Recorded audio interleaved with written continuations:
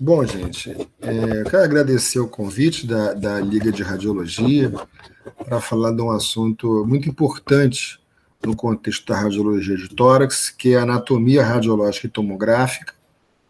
Vou fazer uma correlação com os processos de doença. Meu nome é Alessandro Severo, eu sou professor associado do Departamento de Radiologia da UF, médico radiologista. Bom, para começar, esse aqui, a imagem do meio, é Konrad Röntgen, físico alemão que inventou o raio-x. E os avanços tecnológicos que vieram posteriormente se devem, em grande medida, à descoberta dele. Ele fez essa descoberta no final do século XIX, ganhou o prêmio Nobel por isso, e a partir daí se desenvolveu o uso médico do raio-x. A tomografia computadorizada veio bastante tempo depois e usa o raio-x como base, e foram armas, por assim dizer, que foram incorporadas ao manejo médico. Hoje em dia, a radiologia, a ultrassonografia, a tomografia computadorizada e a ressonância, que pertencem ao campo da radiologia diagnóstica, significam grandes avanços para a humanidade. Então, a avaliação diagnóstica do tórax, ela está contida na radiologia convencional, na tomografia computadorizada, na ressonância magnética, na ultrassonografia. Claro que existem outros procedimentos, como a medicina nuclear, que é um método de outra especialidade. Existem os procedimentos invasivos, as arteriografias, punções, biópsias guiadas. Quer dizer, é um manancial de conhecimento bastante amplo. A radiologia convencional, ela é feita basicamente em duas incidências. É o posterior anterior e o perfil. Então, a incidência em PA e perfil. Existe uma gama de incidências adicionais possíveis que você pode lançar mão a fim de fazer diagnósticos de determinadas condições específicas, como a incidência apiculordótica, cujo objetivo principal é observar melhor os hábitos pulmonares. Tinha muito uso, antigamente, para a caracterização em especial de lesões de tuberculose, de neoplasias pulmonares, a incidência em expiração. Você sabe que a radiografia de tórax, em PA, ela é obtida em inspiração máxima. A expiração, você pede para o paciente, uma vez posicionado, encher o peito de ar e, subsequentemente, para ele expirar o máximo, e aí você radiografa. A grande utilização da radiografia em expiração é a investigação do pneumotórax. O decúbito lateral com raios horizontais, a incidência ainda realizada, chama incidência de Laurel, e o objetivo principal é avaliar os derrames pleurais, ver se o derrame pleural é livre ou não. E a incidência em AP, antero-posterior, é aquela realizada nas unidades fechadas, como nas salas de trauma, no CTI, unidade coronariana, é uma radiografia feita na posição deitado. Então, essa é a imagem da radiografia do tórax em PA, esse é o posicionamento do paciente, o raio incide de posterior para anterior, e dentro desse equipamento quadrado está o filme radiográfico, que vai ser sensibilizado, uma vez havendo a exposição do raio-x, e vai produzir esta imagem.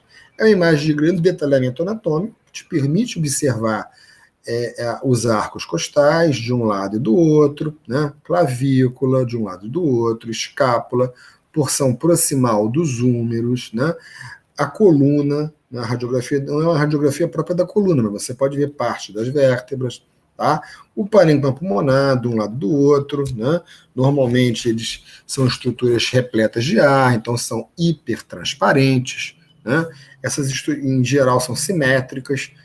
Essas estruturas lineares, delicadas, que vão para a periferia e são mais visíveis nas bases, nas porções mais inferiores, são os vasos pulmonares. A gente vê em especial as artérias. Aqui nessa região, junto ao botão aórtico e ao início do bordo ventricular, você tem o hilo pulmonar esquerdo, do outro lado direito, ele é um pouquinho mais alto à esquerda do que à direita. Você já caracterizou também aqui o botão aórtico, bordo ventricular esquerdo, o bordo atrial direito, Tá? Aqui a gente tem a projeção da hemicúpula frênica direita, hemicúpula frênica esquerda. Esse ângulo entre a hemicúpula e a parede torácica a gente chama de seio costofrênico.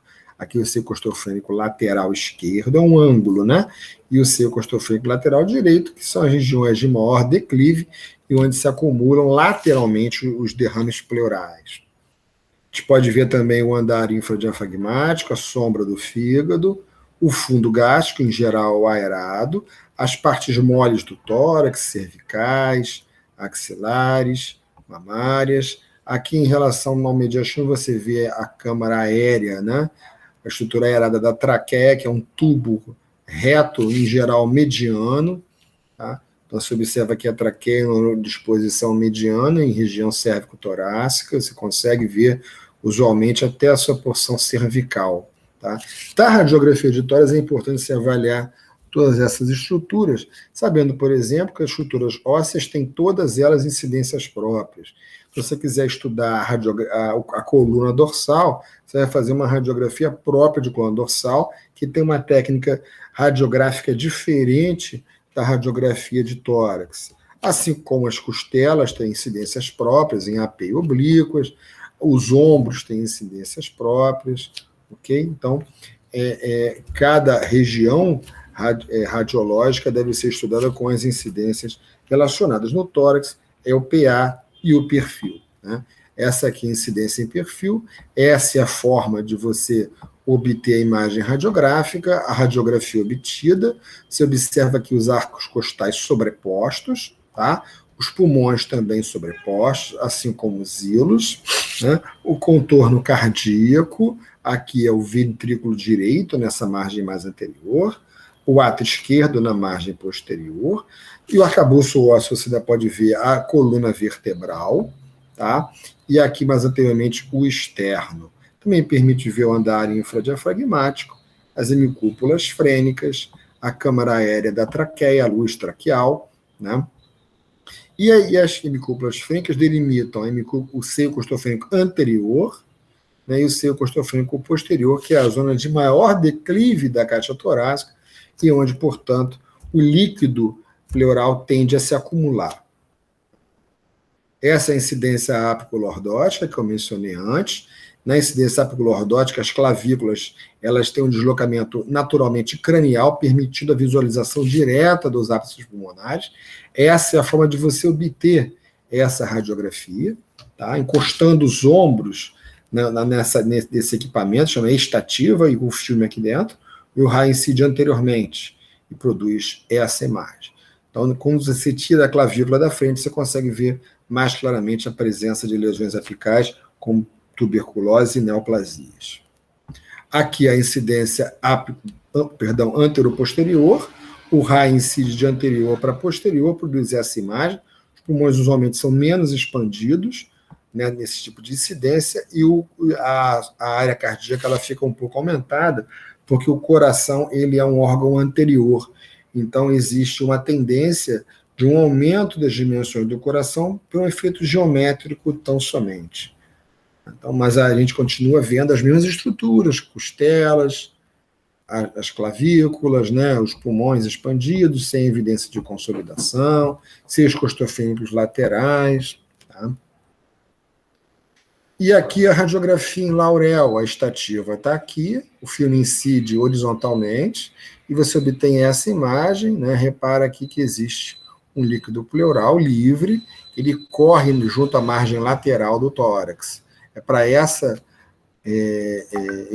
diagnóstico que é útil a incidência de Laurel. Bom, a radiografia de tórax, eu já mostrei para vocês os parâmetros anatômicos que a gente tem, né? E o que é importante dela é você fazer uma avaliação semiológica. A radiografia de tórax não é um raio-x só do parênquima pulmonar ou do coração e das estruturas mediastinais. Tá? Então, você tem que avaliar todo o conteúdo torácico, inclusive o que está na parede, né, nos arcos costais, parte moles e andar infradiafragmático, né, e também os pulmões, mediastino, vírus e seio costofrênico. É importante que vocês tenham ideia de uma avaliação semiológica para que nada falte, para que você, ao analisar a radiografia, veja todos os constituintes do tórax. Tá? Não é uma radiografia, como disse, só do tecido pulmonar. Então, aqui a gente vê, eu já falei para vocês, do fato de parênquima pulmonar serem estruturas aeradas, né? E com tendência à simetria. A radiografia em PA, você consegue ver pulmão direito e esquerdo, no perfil você vê as suas imagens sobrepostas. Tá? Só para citar um pouco de doença, repara, essas estruturas lineares na base, delicadas, elas têm um contorno bem definido, né? Enquanto aqui nessa outra radiografia você perde esse contorno. E existe um padrão reticulado grosseiro. Isso indica uma doença que está acometendo o interstício do pulmão, determinando essa malha de opacidade que acaba por obliterar a imagem dos vasos. Então, isso representa uma doença intersticial que deve ser melhor avaliada com o uso da tomografia computadorizada. Tá? Aqui a gente tem um outro aumento, um aumento de densidade, dessa vez focal e bem definido. Repara aqui o pulmão esquerdo, com a transparência usual, e aqui você vê uma área de maior densidade, que a gente chama de opacidade. Essa opacidade é muito bem delimitada pela cissura horizontal, que está nessa projeção. Tá? As cissuras oblíquas são difíceis de ver na incidência em PA, e a cissura horizontal, às vezes, a gente já consegue até delinear, como está aqui. Ó. Uma linhazinha bem tênue aqui, né? É uma reflexão da pleura, né, que separa os lobos superior e médio. Então, aqui tem essa opacidade limitada inferiormente pela cissura, com um sinal de aerobroncograma, que são as estruturas pretas aqui, retas, que penetram na opacidade, e isso é um dado condizente com a doença alveolar. O principal caso de doença alveolar focal é a pneumonia.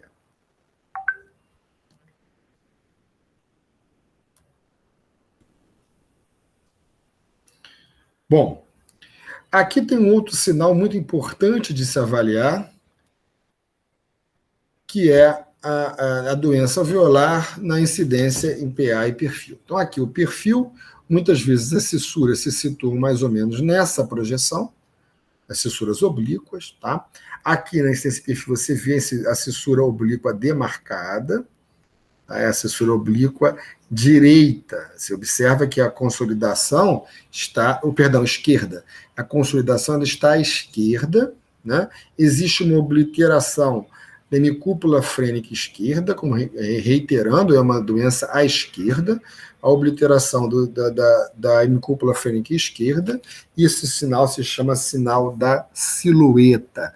É um sinal muito importante radiológico que permite localizar uma lesão numa incidência só. Tá? É um sinal muito útil na radiologia do tórax.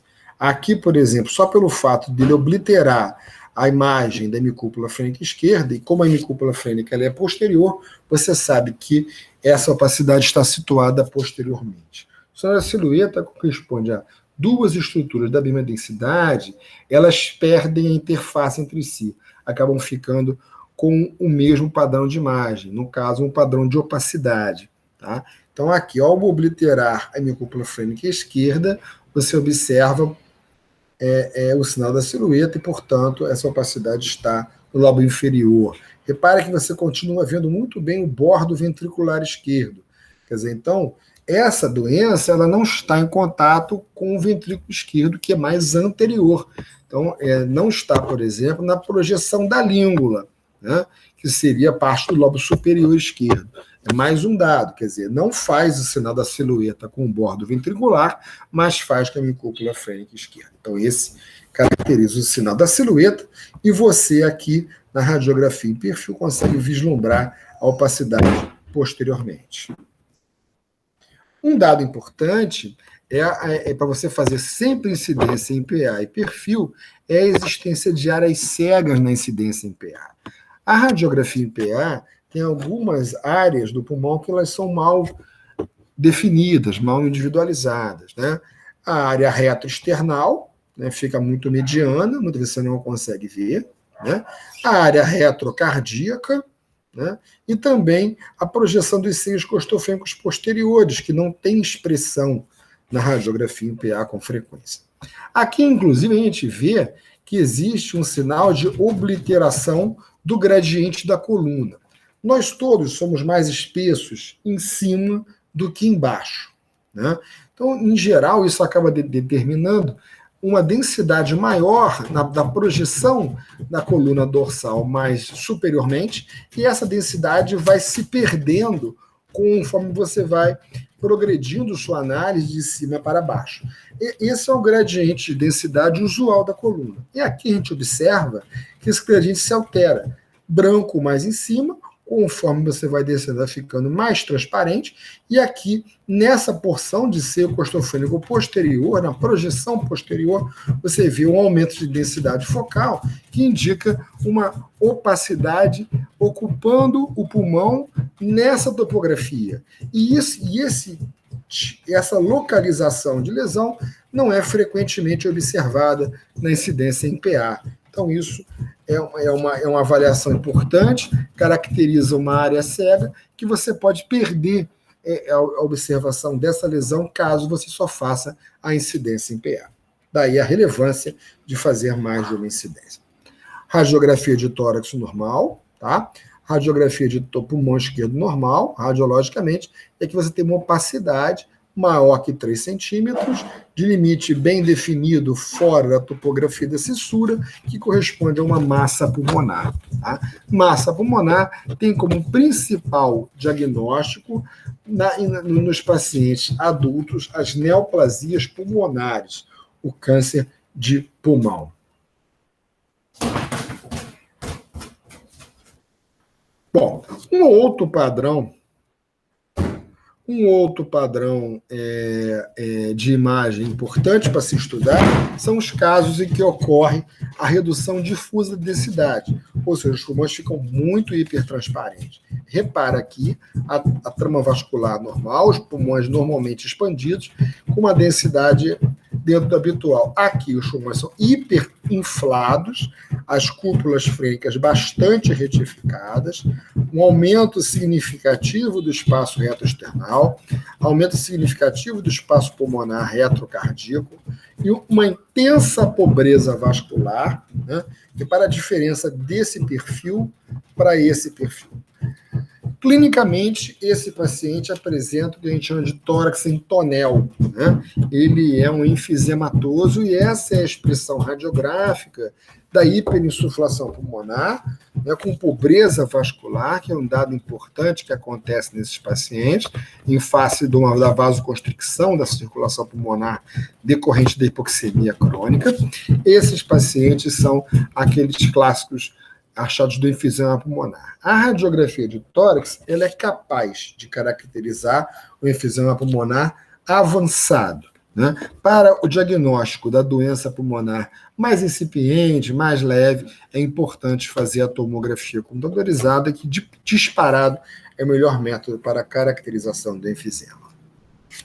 O mediastino é a estrutura central da caixa torácica, né? Fica no meio, daí mediastino.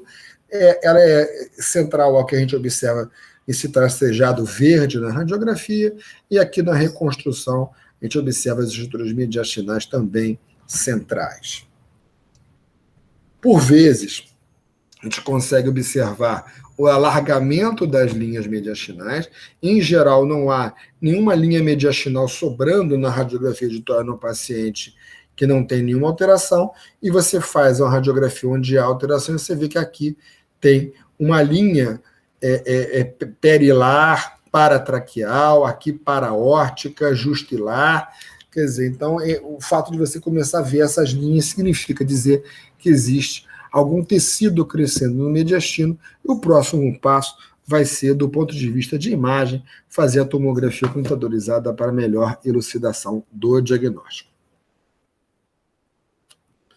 Aqui na radiografia em perfil, você observa a transparência pulmonar normal no espaço retroesternal, e nessa aqui, né, relacionada àquele tecido mediastinal que eu mostrei no slide anterior, você observa a massa ocupando o espaço retroesternal, né? Então, é um tecido crescendo no mediastino, crucial para a sua avaliação, fazer a tomografia computadorizada. Por vezes, os pacientes têm variações anatômicas que também podem gerar confusão. Aqui você vê a crosta da aorta, né? E aqui desse lado você não vê a crosta da aorta, porque, na verdade, ela está à direita. Então, isso aqui é um arco aórtico à direita. Isso é uma variação anatômica que pode ter outras anomalias vasculares associadas, tá? Inclusive da origem dos vasos supraórticos.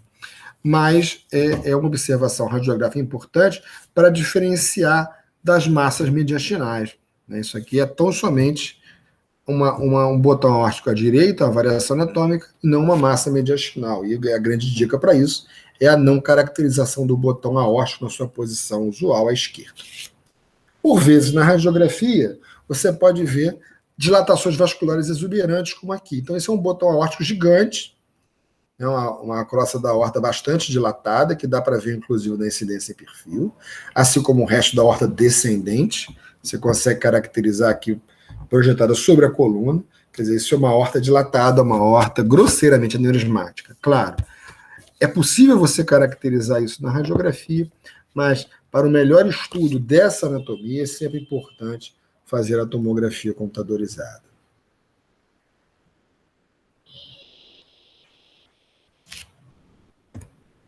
Bom, em outras condições, você pode ter o coração, né, desviado, que chama de destrocardia. O eixo cardíaco aqui aponta para a esquerda e nesse paciente aponta para a direita. Caso, aqui já observando o fundo gástrico, tá? Caso o fundo gástrico também esteja orientado para a direita, muito provavelmente o fígado estará desse lado, e isso corresponde, em verdade, ao situs inverso. Nesse paciente, o que nós temos, na verdade, é apenas a inversão do eixo cardíaco com o coração situado à direita, então isso é uma destrocardia e não situs inverso. Eu falei, né, da posição central da traqueia, um tubo aerado, né, que você observa no mediastino. Por vezes, quando houver crescimento de tecido cervical, mediastinal, a traqueia pode estar deslocada para o lado, às vezes para trás. Tá? Aqui ela está deslocada para a direita, significa que tem um tecido crescendo aqui, nessa região cérvico-torácica. A gente observa isso nos casos de bócio mergulhante de tireoide. A tireoide cresce, se desloca inferiormente, desloca a traqueia para um lado ou para o outro, dependendo do lobo que tenha aumento volumétrico. Os íros que eu já mostrei, à esquerda e à direita, né? Aqui na incidência e perfil eles ficam sobrepostos, tá? E são estruturas, na radiografia, linfovasculares. Então você pode ver aumentos vasculares e linfáticos. Na radiografia, normalmente, o que a gente vê, essas estruturas lineares, né, que vão progredindo para a periferia dos dois lados e tem mais visibilidade na base, em especial à direita, são estruturas vasculares. Tá? Mas é óbvio, tem estruturas brônquicas, né? Lembrar que os brônquios fonte, né, eles progridem para os hilos, né, e inclusive com as suas bifurcações. Né? Então é importante ter a ideia que, embora radiograficamente você tenha possibilidade de identificar lesões linfovasculares, não é só estrutura linfovascular que tem lá. Né? Tem vascular, se divide em artéria e veia, existem brônquios, né, linfático, é um pouco mais rico do que é possível se identificar na radiografia.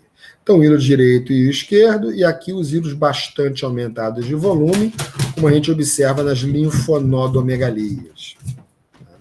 Aqui os hilos sobrepostos, e aqui esse aumento volumétrico dos hilos igualmente sobrepostos, né, linfonodomegalia hilar bilateral. Mostrei para vocês seio costofelíco lateral direito, seio costofelíco lateral esquerdo, seios costofelícos anteriores e seios costofelícos posteriores. Como disse, são as zonas de maior acúmulo de líquido pleural, notadamente nas porções laterais, na incidência em PA, e nas porções posteriores. Aqui a radiografia, onde observa o líquido, né? Obliteração dos seios costofrênicos dos dois lados. O que era agudo agora está opacificado e não identificado, então isso caracteriza o derrame pleural. Tá? Na incidência em PA, anteriormente demonstrado, e aqui na incidência em perfil, o derrame pleural, inclusive constando a silhueta, você perde completamente a imagem da hemicúpula frênica do lado afetado. Arcabouço ósseo, as costelas, clavículas, escápulas, húmero, né? Lembrando, a coluna bem identificada na radiografia em perfil, o externo que você viu anteriormente, lembrando que todas as estruturas do arcabouço ósseo têm incidências radiológicas próprias, tá? E todas elas podem ser avaliadas também pela tomografia computadorizada. A gente pode ver na radiografia de tórax fratura de costela, né? Você vê a interrupção e desalinhamento da cortical óssea das costelas por fraturas. As partes moles, elas costumam ser homogêneas, mas na alteração você pode ver linhas hipertransparentes como essa, que ocorre por enfisema das partes moles, enfisema subcutâneo, em geral decorrente da transmissão do ar do interior da caixa torácica para o espaço cervical e para as partes moles da parede torácica e das regiões axilares. Então, essas linhas hipertransparentes que a gente está vendo aqui, essas linhas são a dissecção das partes moles pelo ar. É muito comum acontecer isso em relação ao pneumomediastino, que é o que está indicado aqui nas setas, e ao pneumotórax. Então, o gás ele ganha o espaço pleural, ganha o espaço mediastinal e sobe. Por vezes você observa, o paciente tem ressecção de mama. Mama esquerda, mama direita, mama esquerda, e não tem a imagem da mama direita. A base fica um pouco mais hipertransparente pela redução da espessura do tórax e você não vê a sombra da mama, né? Então, isso aqui é uma mastectomia direita. Tá? Um dado importante, a observação do andário infradiafragmático, principal atenção para as regiões subdiafragmáticas, onde se observa o pneumoperitônio. Tá? A principal e melhor técnica radiográfica para a caracterização do pneumoperitônio é o raio-x de tórax em PA. Tá? Então, aqui a gente observa que existe uma câmera aerada, uma linha hipertransparente de ar, né, entre o bordo hepático, né, e o peritônio, diafragma, né, e pleura, que eles ficam sobrepostos. Então, esse gás aqui no andário infradiafragmático representa o pneumoperitônio. Bom, aqui a delimitação das estruturas do mediastino, né, a gente tem uma linha virtual, que aqui é para o tórax, no caso, que vai identificar o ápice, né? Então, uma linha virtual que tangencia a clavícula ao nível de D1, daí para baixo é conteúdo torácico, daí para cima cervical. Então, é uma linha virtual que tangencia a clavícula ao nível de T1. Né? Nós podemos, do ponto de vista tomográfico em especial, fazer um grande estudo da segmentação brônquica. Eu não vou minuciar muito isso, mas só para vocês terem uma ideia, né, a traqueia aqui, né, brônquios fonte e as suas subdivisões, lobares, segmentares e subsegmentares. Então, aqui na reconstrução, a gente pode ver claramente a traqueia, a aorta, né, o brônquio lobar superior, o brônquio fonte, de um lado e do outro, brônquio lobar superior esquerdo, brônquio lobar superior direito, brônquio intermédio, a origem do brônquio médio, do brônquio lobar médio, brônquio lobar superior esquerdo, brônquio lobar inferior esquerdo, a posição da carina. Isso aqui é uma reconstrução que te permite ver todas as estruturas. Né?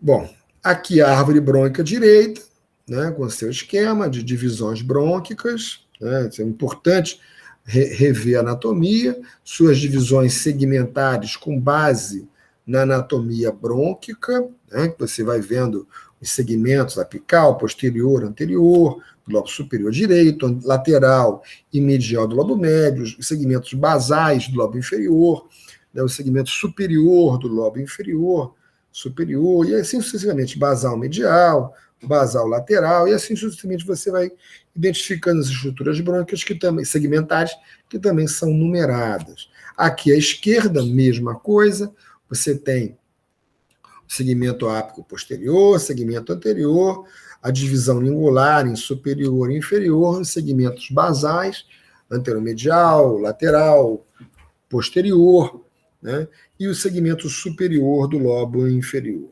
Tá? A gente também consegue caracterizar bem a anatomia brônquica, aqui o nível de corte da traqueia, aqui você observa o brônquio lobar superior direito, né? Já pode ver aqui mais perifericamente os brônquios segmentares. Né? Aqui, nesse caso, você vai acompanhando o plano, né? Você observa né, a emergência já dos brônquios segmentares, né, anterior e posterior, né, no brônquio lobar superior, né, aqui a formação do brônquio intermédio, brônquio fonte esquerdo, né, e você vai descendo e vai correlacionando claramente as estruturas brônquicas com a estrutura lobar, né, a segmentação do pulmão, aqui no caso, tive muito bem os brônquios lobares, né? O brônquio intermédio, brônquio, aqui já está dando a origem do brônquio lingular, né? Vai formar o brônquio intermédio esquerdo, aqui a origem do brônquio lobar médio, do brônquio lobar inferior direito, os brônquios segmentares, né, já visíveis, né, lingular e os brônquios segmentares do lobo inferior, né?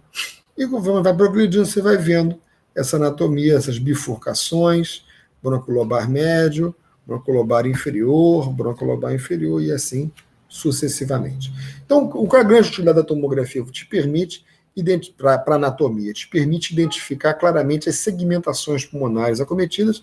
Isso pode ter uma grande relevância para tratamentos cirúrgicos. Tá?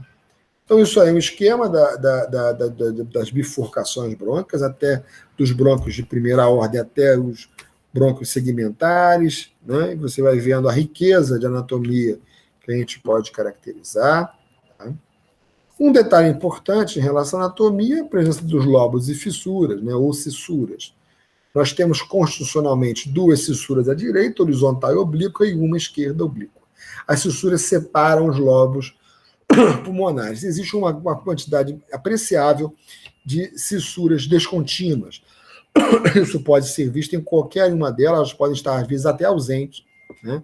E podem ser incompletas. Tá? Então, você pode ter desde defeitos focais na cissura horizontal, que vai fazer com que um lobo seja grudado no outro, seja um lobo contínuo, né? E também, muito frequentemente, nas cissuras oblíquas, em especial à direita.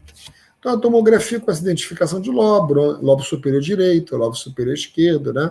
Lobo inferior esquerdo, lobo médio, lobo inferior direito, e na anatomia também no plano transversal, lobo médio, lobo superior, inferior direito, inferior esquerdo, superior esquerdo.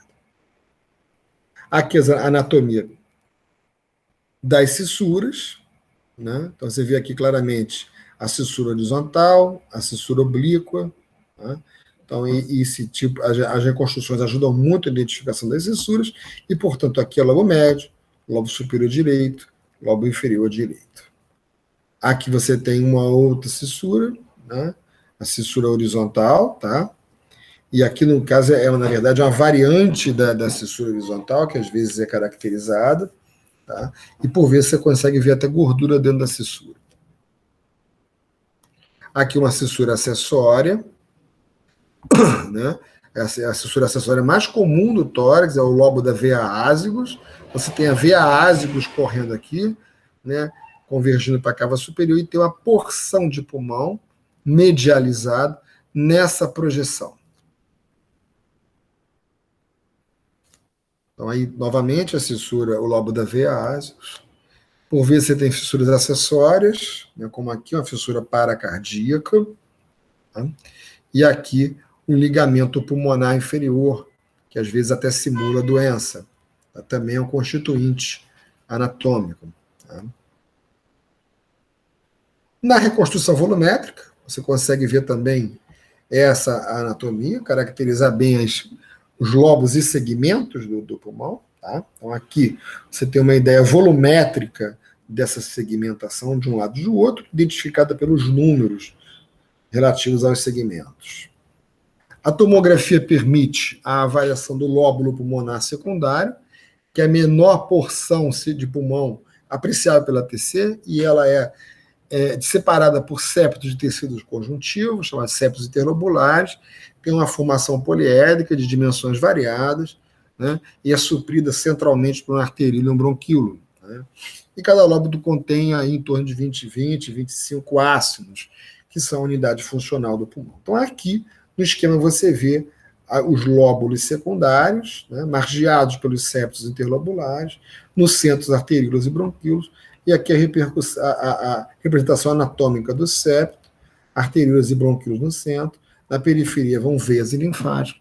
Essa é a menor estrutura que a gente consegue caracterizar na tomografia computadorizada, e o seu reconhecimento é muito útil para o diagnóstico diferencial, principalmente das doenças do interstício pulmonar.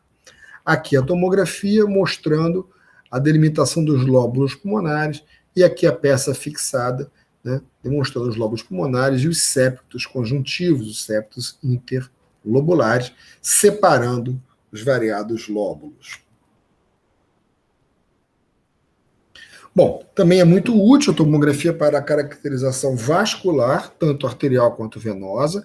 Repara que isso é uma angiotomografia, você consegue ver a artéria pulmonar esquerda, o tronco pulmonar, a pulmonar direita, veia cava superior, átrio e ventrículo direito.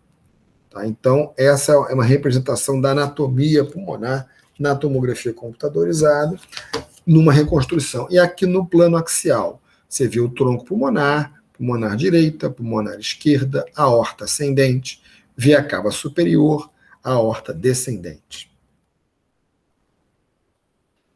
A vascularização também pode ser vista nas unidades de pulmão e também nas reconstruções. Você vê claramente a anatomia vascular intrapulmonar, de forma muito bem caracterizada. A tomografia é um método muito bom para reconhecimento anatômico das estruturas pulmonares, disparado o padrão ouro.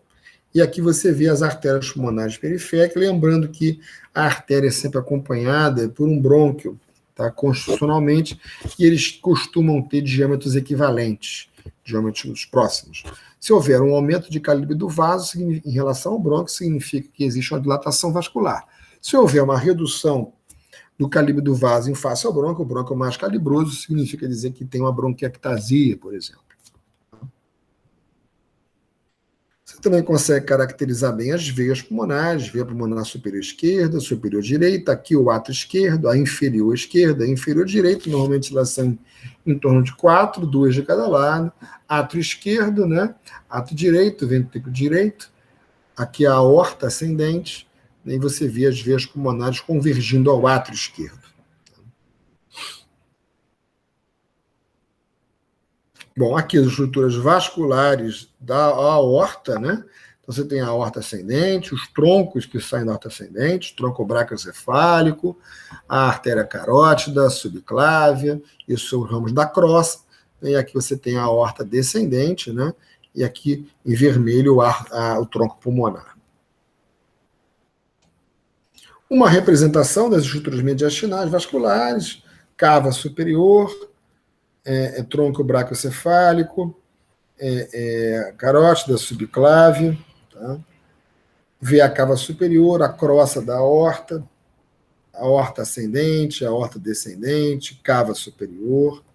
Tudo isso você consegue ver na tomografia. A aorta ascendente, tronco pulmonar, artéria pulmonar direita, esquerda, aorta descendente. Tá? A origem da aorta ascendente, ventrículo direito, aurícula esquerda, átrio esquerdo, aorta descendente. Elas são estruturas que são melhor estudadas com contraste venoso, né? Ventrículo direito, septo interventricular, ventrículo esquerdo, átrio direito e esquerdo. Tá? Importante também avaliar as cadeias linfonodais. Tem uma enormidade de cadeias linfonodais para você avaliar. Tá? Então, a gente observa nessas projeções as linfonodomegalias. Então, tem cadeias paratraqueais, retotraqueais, traqueobrônquicas, subaórticas, paraórticas, infracarinais, paraesofagianas, junto ao ligamento pulmonar, hilar, e muitas vezes e também na periferia dos pulmões. Tá? Também são caracterizadas. Aqui a gente vê a anatomia, da disposição anatômica dessas diferentes cadeias linfonodais. Por fim, as reconstruções tomográficas elas são muito úteis para você fazer seus diagnósticos.